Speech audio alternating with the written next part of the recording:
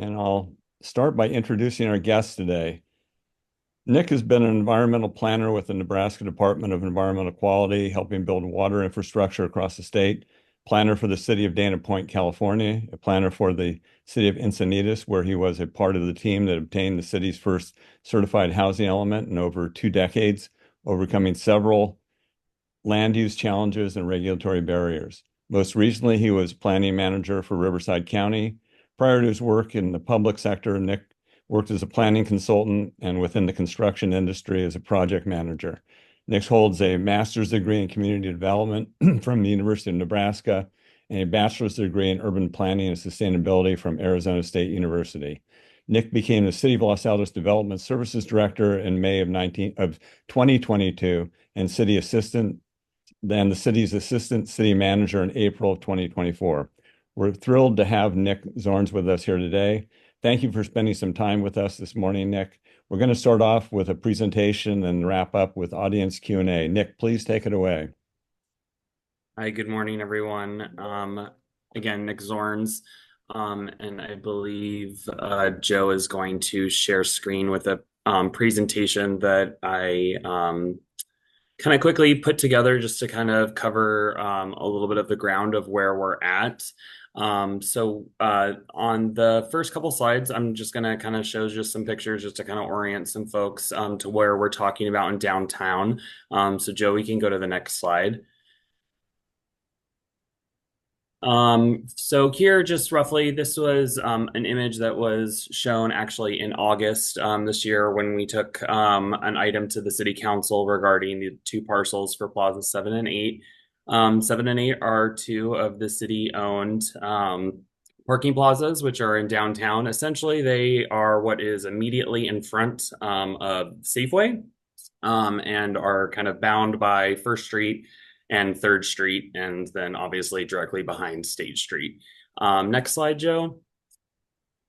Just showing a little bit of what the surface lot of Plaza 7 looks like. This is kind of the perspective view from Safeway. As we can see, a lot of future or forthcoming repairs that would need to be done to those lots anyways in the future. Next slide.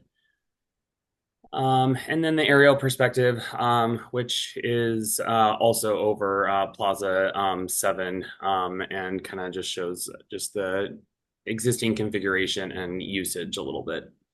Next slide, Joe. So why are we here? And we can go to next. I'm going to quickly kind of go over this broken record syndrome for the last 2 years.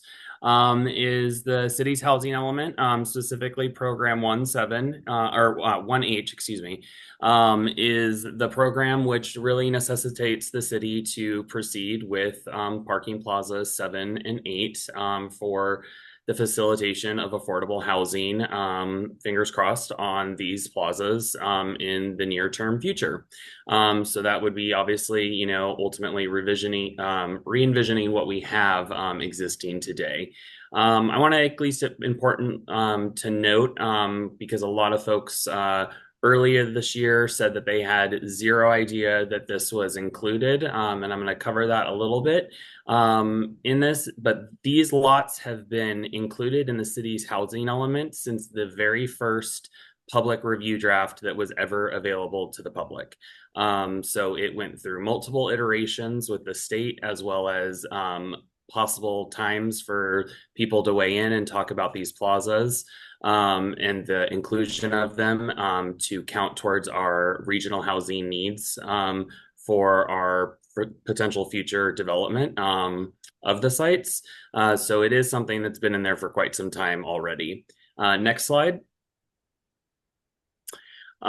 Just background, we did adopt the city's housing element in January 2023. And then in January, the following year, early this year, we did engage a third-party financial analyst to start doing review of Plaza 7 and 8, and start really kind of building some base model pro formas specific to those parking plazas. So taking into account what is existing today, what is potentially, some of the expectations that we can have when we move forward. And then from there, in June, we engaged an environmental firm to complete a phase 1 environmental assessment. I'll just briefly touch is that the parking plazas, as well as several privately owned lots throughout the city in downtown have had some minor but still things that do require special environmental treatment in regards to some ground contaminants. As everyone knows, we still today have several dry cleaners. However, unfortunately, dry cleaners are some of the worst pollutants for ground essentially issues. So we wanted to make sure that we kind of did that and found out some initial kind of reconnaissance. We've gotten some initial information and we are not showing any abnormal ground environmental contaminants, which is good news for us in general, but obviously for any potential future project in the future. Additional work will be done with that though when we actually have a project kind of under review, because that will have to look at it a little bit more in depth and in detail. And then in July, I believe a lot of people on the call are aware is that the city released a notice of availability for Plaza 7 and 8. The notice of availability was something that we released under the requirements of the Surplus Land Act. And then in August, we did engage with a third party property appraisals for Plaza 7 and 8 so that we can get some of that specific data while we start going into some of the initial kind of project evaluation or proposal evaluation and really kind of understand all of the moving parts of potentially doing development of that site. And then also in August of this year, we did officially declare the two plazas surplus land as defined by the Surplus Land Act. So it's a little bit different than what some people think surplus is, but it does meet the definition and criteria of the state law. So next slide, Joe. Kind of going to just touch on the downtown vision, because this also further reiterates how long these plazas have been talked about. So next slide, Joe. The downtown vision accounted for affordable housing on Plaza 7 and or 8 in the future. So that specific process and planning exercise that the city went through, which I think everyone on the call is probably familiar with, did already identify that quite some time ago. So we, have kind of had it somewhat scoped somewhat for a little bit of a time. It's just now it's moving forward with the housing element that really actually kind of puts that there. The downtown vision also did do some initial legwork on understanding alternative parking strategies to maintain adequate levels. So that's already been a part of the conversation for quite some time. As we know, the downtown vision was done a good number of years ago, prior to even the housing element. So it's been something that's kind of been talking and circulating for quite some time already. Next slide, Joe. And most recently, and it did kind of come to the council very recently, is this year the city has been working on a downtown parking strategy. We can go to the next slide. And some key takeaways is so the downtown parking strategy has been a comprehensive deep dive into what is existing today and what is anticipated in the future for development of downtown. As a whole, we also, as a part of the project or evaluation and the strategy, looked at the various parking studies, conversations, essentially all of the things that have happened for the last 30 years. The city has done multiple, some type of form of a parking strategy, parking evaluation, parking plan, multiple iterations, different consultants, and fundamentally, by and far, the majority of all of the reports are pretty much showing the same data. So I'm fairly confident that the that the findings are what they are. I'm going to kind of just quickly, touch on what we have on this slide because this is really kind of the meat and potatoes and what's important. For a lot of folks is what they care about is in total, we have, almost 400 street parking spaces, between the angled and parallel spaces, just over 18 or just over 800 private off-street spaces. And that doesn't actually fully account for all of the spaces that are in all of the housing developments because those are specific separate parking standards as well as provided on or within the downtown area. And then we have just over 1,300 public off-street parking spaces, which is through the various parking plazas that the city owns. Um, from that is we did our peak parking usage, and I want to at least note that is so that typically parking studies only do 2 days. So we did an extra day to have 3 days of data so that you can kind of say we did kind of looked at spaced out throughout the week. That's a pretty good look. Usually they only do one weekday and then one weekend day. We decided to do what is traditionally the busiest weekend day, which is a Saturday. And then followed it up with 2 weekdays because we wanted to make sure that we kind of saw some good data and see if there's any irregularities. Obviously, our downtown, we have a lot of businesses that aren't really open or open much later on Mondays. So we wanted to make sure that we weren't essentially getting skewed data. That being said, we actually did our parking counts during December of last year. And if Anthony Carnesecco is on the call, he could contest to the fact that our downtown is the busiest in the fourth quarter of the calendar year. And we know that from sales tax data. And so fundamentally, we know that that's where we're seeing the highest peak usage of our downtown area as a whole.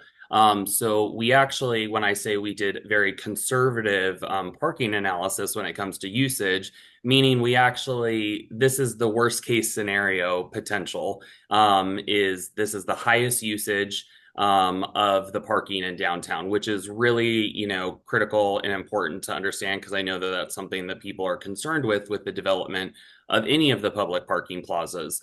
But so I do want to just note is that the highest usage was for on-street parking, which is obviously the most convenient for people. But even at that point, between all of the blocks of time and the days that these were looked at, the highest usage was actually only 74%. So meaning a quarter of our on-street parking at any given time is still open or used because people are coming and going.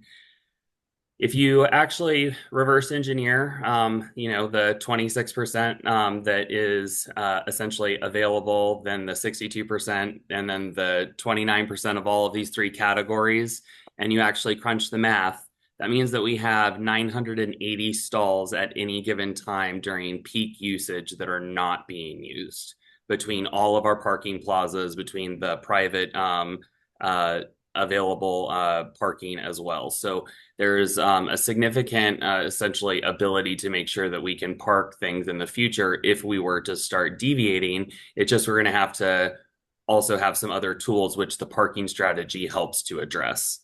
We can go to the next slide, please. And then just something I want to touch on really quick, because a lot of folks are, generally will say, oh, well, people are just going to start shopping in Mountain View. People are just going to go start shopping in Palo Alto, so on and so forth.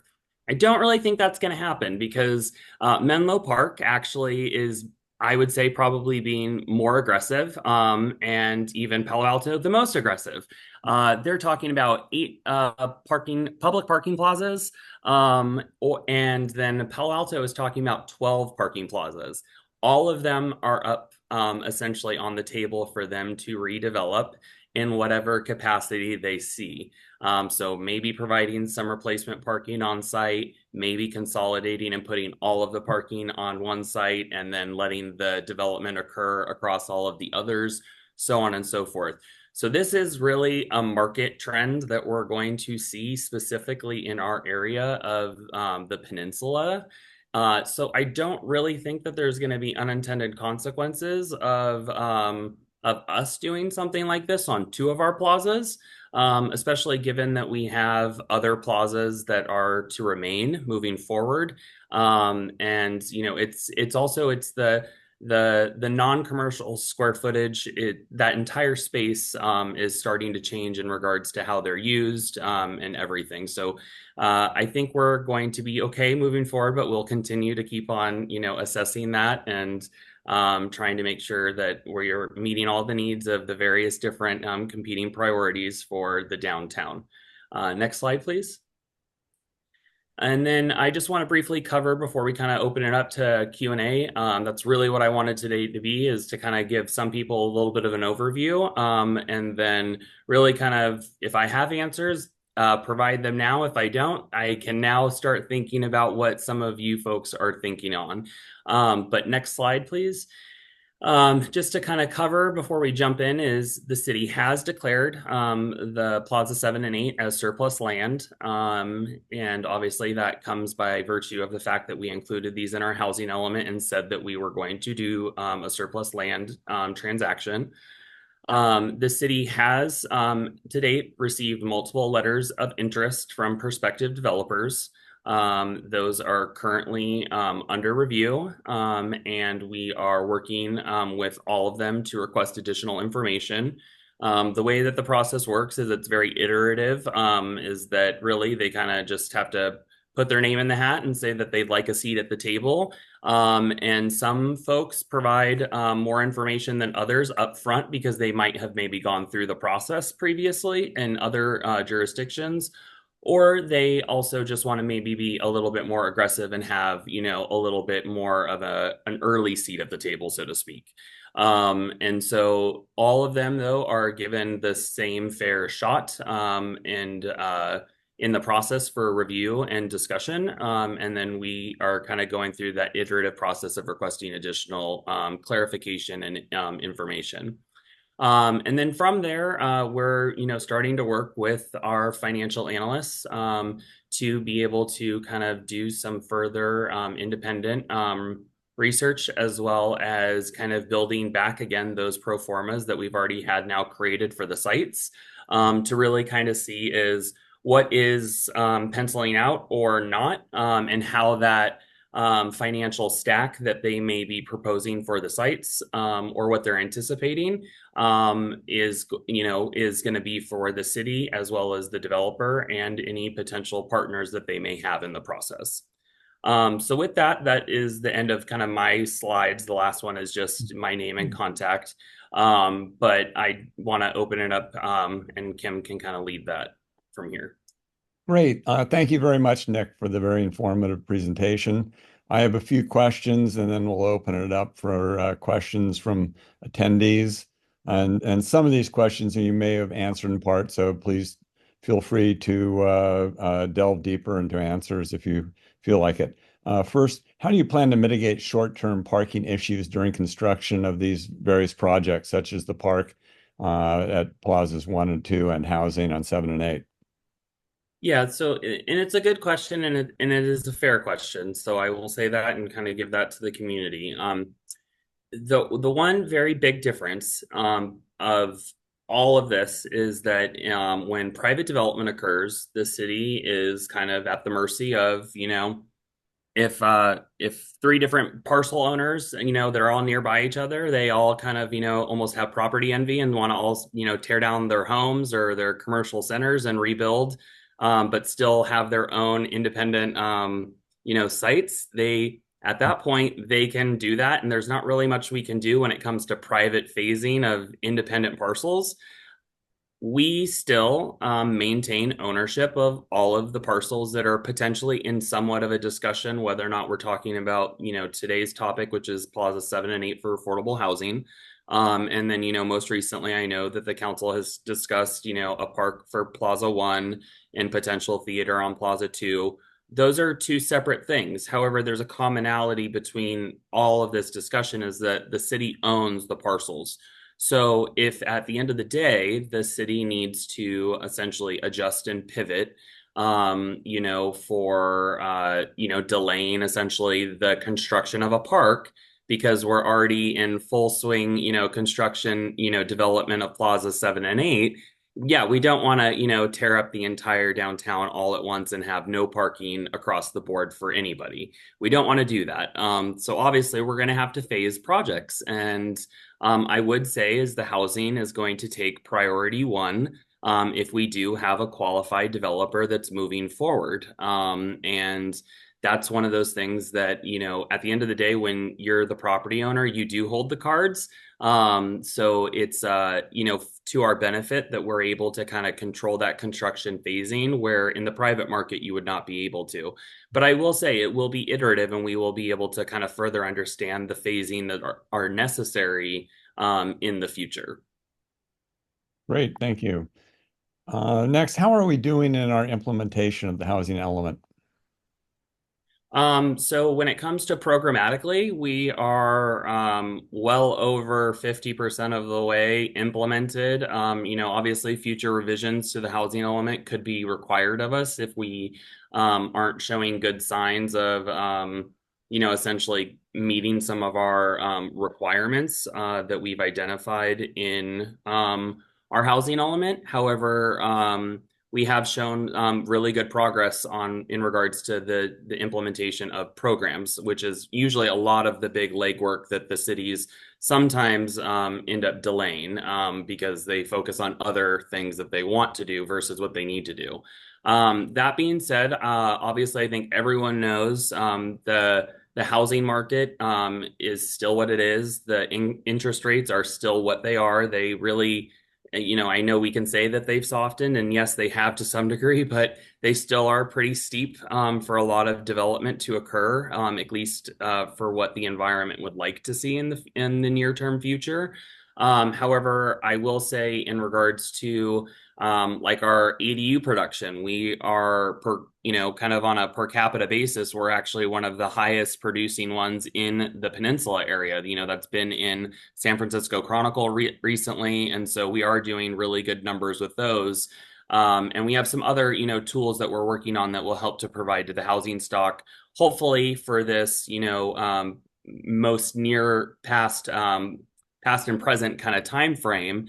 But ultimately, we want to keep that production up of ADUs, throughout the planning period. But then hopefully, big projects like this can get going and done during our housing element, which will really help to solidify, our progress, during this 8 year period. Thank you. How many stories will the developments on parking plazas 7 and 8 likely be? It's hard to say. We've obviously seen development occur in on First Street, most of which are 4 stories, obviously, right now. 355 First Street is a 5 story project. I think that there is definitely the potential that that could happen. The zoning allows for 4 story buildings for mixed use or residential only development in this district. And so we could see some increased heights, with folks using density bonus as they're allowed to do under housing law. But we're going to have to see because I mean, there's some developers that they prioritize wanting to have certain amenities or certain types of features, as a part of their buildings. So it does just depend on exactly what we see from an interested party. I will also say is that's definitely an iterative process because they still have to go through essentially a design review component for the project. So we're not going to really know those details until, maybe sometime next year of what is, potentially essentially the level of interest and potential essentially building envelope that folks are looking to kind of build there. Thank you. Will parking displaced by housing developments on plazas 7 and 8 be replaced by developers either on site or elsewhere downtown? It could. There's not a hard and fast answer to that. There are jurisdictions that is a part of their essentially very black and white requirements of doing a surplus land transaction. And from there, folks can kind of, negotiate that, back and forth to some degree. And I would say, that's going to be up to the council. Inevitably, it's not a staff decision, so I'm going to solidify that there will be a public process, as in regards to exactly what is required. However, I would say is that I our parking study and strategy is showing we do not need 100% of the parking that exists today. So I don't think we need to necessarily replace everything that's there. But that's just pure math and looking at, the data that's kind of coming from all of this. So I think we can kind of work through that. But also, we have to remember too is private development, especially when you're not in like a high transportation, corridor, like El Camino Real is very, very different than San Antonio and specifically our downtown. We don't really have mass transit lines and, a rail system that's, just 10-15 minute walk from the Los Altos border. So with that being said, is it's different in regards to developers are going to want to provide what they believe is the necessary amount, which a lot of times is actually above what the state minimum parking requirements are under some of these housing laws. The housing law almost is a little bit more generous in regards to saying you don't have to provide, as much as the city says, but then the developers are really, well, we actually need something in the middle because it just doesn't work for our residents, especially if it's a rental project, is people want to make sure that they can park their car at night. So it's really something that we're gonna have to look at and kind of model as well as through the process. And so it's gonna be iterative. It should never be just a hey, here's our here's our project, take it, or we're leaving. I mean, it's never like that. We're gonna end up going back and forth quite a bit, I would say. Great, thank you. Um, if parking isn't replaced on site, where else might it be placed? Yeah, and that's a good question. If it doesn't end up getting replaced on site, it would essentially look something like a lot consolidation. Again, we are very fortunate to have I call out because we own them 100% with no shared or common ownership. But Plaza 1, 2, 7, and 8 are perfect 1 acre rectangles.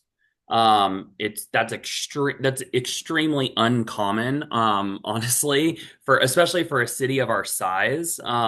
You look at Palo Alto, you look at Mountain View, you look at Burlingame, cities that are very similar in composition to kind of our downtown configuration, where the parking lots actually exist.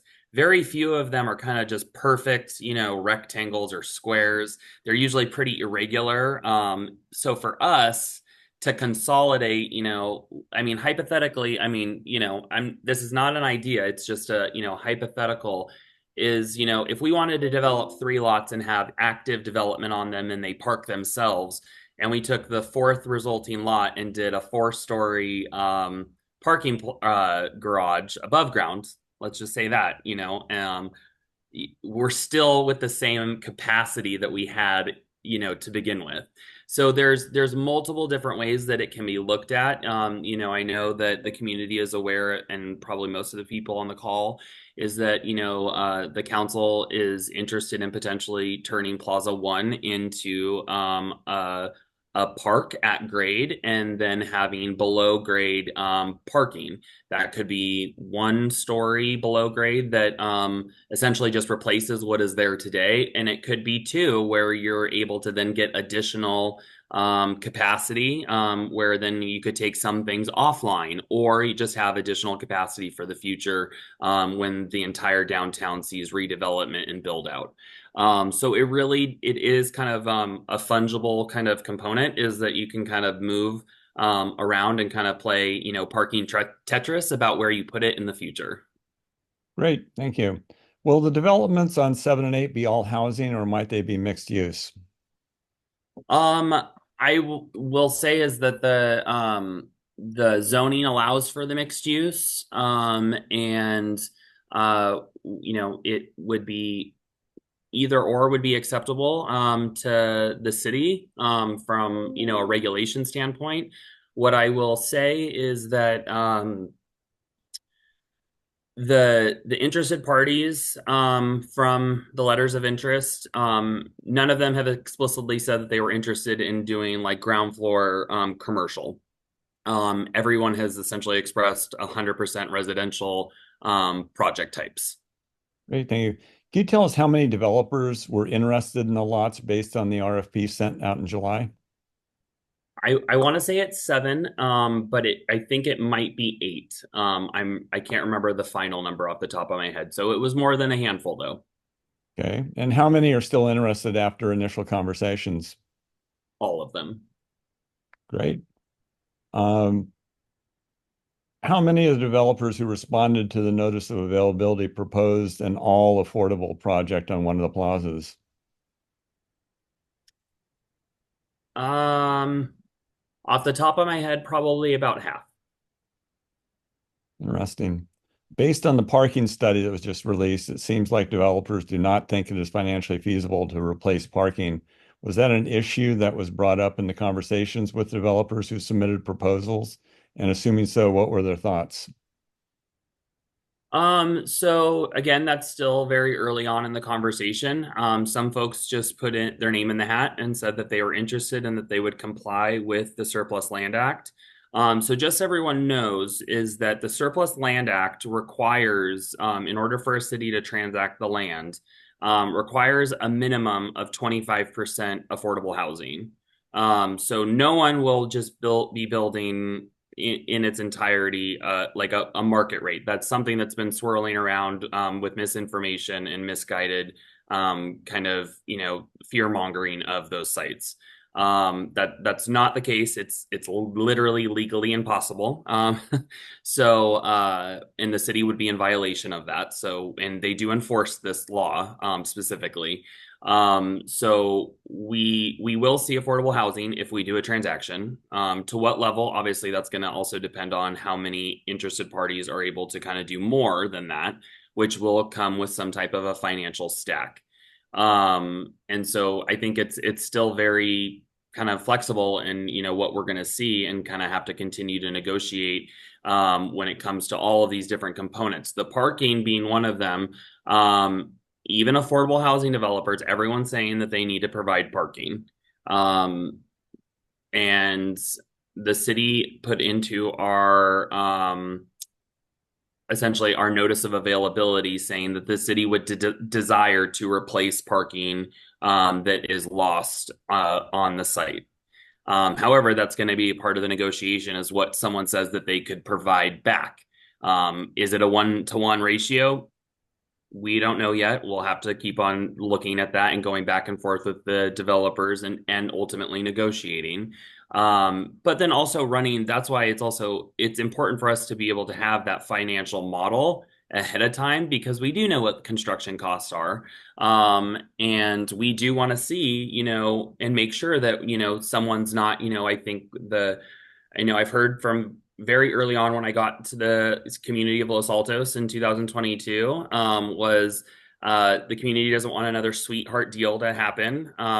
For better or for worse, whoever believes that occurred or whatever, we're doing all of our due diligence to make sure that there aren't things that are kind of getting taken advantage of because there are some people that are gonna have expressed interest and their own kind of model and analysis. So we're going to do that, and we're going to do all of it where we can capture and make sure that whatever is potentially replaceable is replaced. But it's a lot of moving parts with all of it to make sure that we understand what the potential impact is to a development as well as to the city.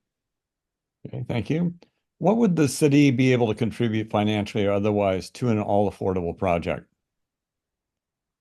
I would say it's very similar to what we did with 330 Distal. It would be land, and it would be the waiving of fees. The city does not have a housing trust fund at this time in regards to we've done everything that we need to do to kind of have something in the future when we collect future dollars from in lieu fees for people that pay like an affordable inclusionary housing in lieu fee if someone were to do that in the future. But we have that was just done early this year, so we haven't collected any dollars in that yet. So we don't have like a specific fund account to be able to pull from at this time. Okay. Are there any other city-owned lots that are being considered for housing? No, not at this time. Okay. As we've seen with 330 Distal, this can be a long process. If the timeline goes as planned, when would you anticipate a housing project would be finished on 7 or 8? Finished, I do not know. One of the big questions that we are going to want to iteratively go through with any of the interested parties is when are they going to be able to perform and to be able to essentially pull a building permit in the six cycle housing element. That's twofold. And the reason why I say that is because if they're not able to do that, then that means we're not going to really be on trend to meet our housing development kind of quota that the state has assessed us. And so that's really when you get to start counting the units is when you've actually issued a building permit. So it's not necessarily just because I want to count them. It's just because if we don't have it for this cycle, then we then need to then start looking where else in the city can we start doing some development that will occur in this housing cycle. That's a whole part of the process is to be able to help, influence, housing to be able to occur. And so we're going to need to kind of know is what's the performance metrics of some of these developers. Some of them have a capacity issue when it comes to actually their development and like acquisition teams. For each, kind of group. And then some of them obviously have, the capacity issues on the financial side, whether or not they have some, equity that they can kind of put forward and move around like they do a lot of times, or what has their prior experience been with some of the grant opportunities at the federal and state level. So we want to understand that as a part of the person that's selected to make sure that something is actually able to perform. Great. Thanks. Before we open it up for questions from the attendees, Nick, do you have any closing thoughts or remarks? My only kind of closing thoughts and remarks is that I think it's a really exciting opportunity for the city to kind of re-envision what is on these sites. That being said, I think the reimagined use of these sites has been a part of the conversation, like I covered in my presentation, for quite some time, even taking the housing element off the table. It's been multiple years prior to that that it was community members that made comments and suggestions about utilizing specifically these sites for affordable housing. As I mentioned, is myself and Mr. Karnasecker are both actually right now. I just had to leave so that I could be here right now, but we're at an economic development conference right now, to actually look at this. And this is something that an industry leader that works in the specifics with downtown kind of areas is that some affordable housing and housing development in a downtown helps to contribute to the downtown vibrancy and success of the commercial non-residential square footage that exist or that will be built in the future. It's essentially bringing the users to live and work and play and ultimately spend in a downtown. So I really hope that that's something that this kind of conversation can help to further perpetuate and understand is that this doesn't mean it's going to be detrimental to commercial development that exists in today in downtown. I think it will actually help to contribute to its further success in the future. Great. Well, Nick, thank you so much for the great conversation. I'd like to now open it up to attendees for questions. Please raise your virtual hand and I'll call on you in the order in which your hands are raised. And remember, one question per person and no speeches, please. Mine iPhone, again, I'm sorry, I forgot your name. Please go ahead with your question. That's okay. It's Cindy Murphy. Can you hear me? Yes. Okay. So my question is about the impacts on the commercial properties that are down there. They currently are used for deliveries and they have garbage back there. Will the city be able to require that be maintained, or is that all part of the negotiations? It's a part of the negotiations. I would say that there will be intermittent interruption of the rear use and access of those sites. But it's not that there's not alternatives. So I mean that's what I would immediately say is that will be a part of essentially a plan to essentially limit the interruption to the rear access use of those properties, but that we will have to kind of address it intermittently to allow for and the necessary undergrounding of utilities, the realignment and relocation of utilities, so on and so forth. So there's always going to be some type of a minimal, hopefully, interruption, but that's something that will be a part of the conversation when we go into how we phase any projects that are going to be going on in downtown. Great. Jenny, you have your hand up. Yes, thank you. Nick, what on the topic is money, and is there an estimate of what the city sees as its ultimate benefit from selling these, as well as the developer, of course? So we are, like I mentioned, is that we have done financial appraisals of both of the parcels. We are also looking specifically at essentially taking that data and doing our own pro forma analysis. And then the information that is provided to us from developers, we will plug and play all of that information as well and actually see what it ends up yielding in regards to a potential essentially return on investment essentially for these developers.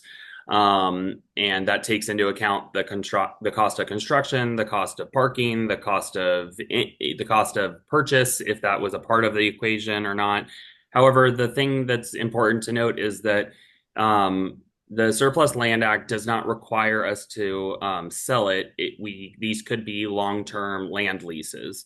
So I do not think that it's going to be a financial cost out of pocket to the city in regards to things that come out of the general fund. Now, if the city looks to incentivize the lots and the construction further, that's going to be up to the city councils to make a decision in the future about how to help facilitate the housing production on those sites. Again, it's going to be more iterative, and we're still very early on in the process in understanding exactly what the offers or interests are, and then kind of reverse engineering and modeling those kind of those financial kind of perspectives. Thank you. Thank you. Any other questions? If you have one, please raise your virtual hand. Amazing. I think you answered up. Gary Hedden. I couldn't let you get off the hook that easily. You mentioned a four-story above ground parking structure. And does the city have any preference for above ground versus underground, or is that just up to the developers and what they want to do? My thinking is it's going to be a lot more money, millions of dollars probably, to do underground. And then if you have above ground, I also like the idea that if you plan it properly, build it properly, it can be used in the future for other uses, maybe even affordable housing. Someday, maybe in 10 or 20 years, we won't need as much parking because we'll all be using autonomous vehicles. But anyway, that's just a thought. So I just want your thoughts on that, please. I don't, so I fundamentally agree with kind of the thought about essentially that obviously it's much easier to take something down than to rip something out and then refill the ground. Obviously, that's much more work and very different. The Yes. costs, yes, are very different. I wouldn't really say that it's like astronomical in regards to, oh, you do above ground versus underground parking in our area, in regards to saying it's not like double time. It's you're not going to multiply it times two or more. And the reason why I say that is because we're not immediately adjacent to the bay or to the ocean, so we don't really have significantly high groundwater. Palo Alto does have some of that issues, but they are obviously much closer towards the bay. But even then, their ground water height is not as or is more significant than ours, but it's not even that big of an issue. So for us, we'll have to look at it ultimately when it comes to essentially maybe consolidating parking and putting it on one lot. Futuristic use to be able to essentially maybe one day, if we were able to take it down and then do more housing on that, that obviously would, I think, be very interesting, and that is going to be a part of the conversation. So I think the other part that's somewhat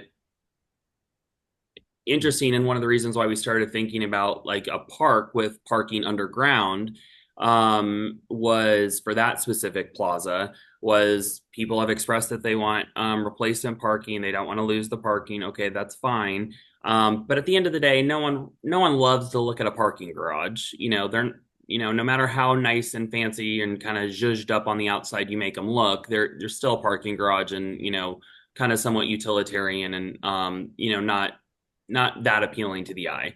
Obviously, an at There are grade some good park. examples out there.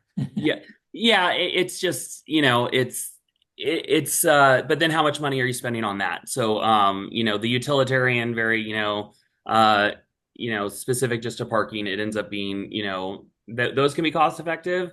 But then you start doing all the add-ons, then it ends up being, what are you really spending? And then you're kind of bridging that gap of the underground versus above ground cost. Obviously, having an at-grade park is something that is also very much a part of the downtown vision and part of the discussion that has been, a big part, for years, of people envisioning, these common open spaces where people can meet, and, actually kind of congregate, and that would be fantastic, to have something like that.